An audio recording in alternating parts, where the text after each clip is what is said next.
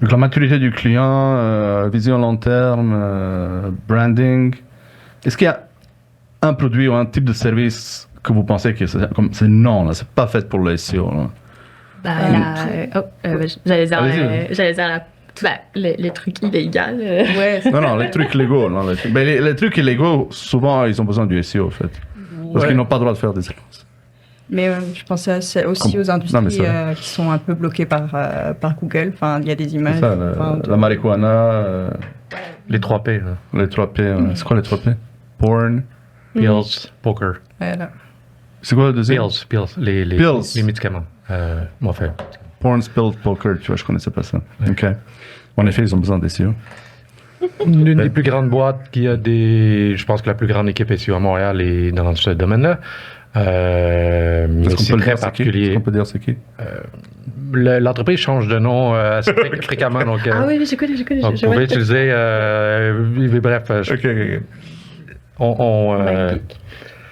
c'était un des noms de l'entreprise. D'accord, mais c'est pas une agence de marketing. Non, c'est une boîte avec plusieurs centaines d'employés à Montréal.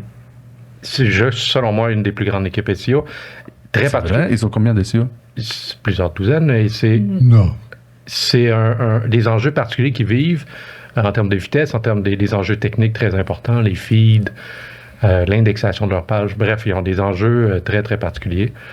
Qui ne touchent pas la majorité des gens là, avec le trafic qu'ils peuvent avoir. Sont dans les top 10 des sites web dans le monde. Là. C'est très, très, très particulier. Donc, Pornhub, on peut le dire. Ouais. Pornhub, ceux qui gèrent Pornhub. C'est ceux qui gèrent, entre autres, Pornhub. Et quoi d'autre? La majorité du top 5 dans cette industrie-là, je savais que ça allait finir. On peut dire aussi c'est un peu grâce à cette industrie-là qu'on a notre marketing en ligne un petit peu là, parce qu'il fallait qu'ils soient très, très ciblés. C'est eux qui sont venus un peu avec le concept de targeting dans ces points-là. Donc, on va se dire, Montréal est un centre technologique à ce niveau-là. Puis pour ton point, Yannick, le DVD.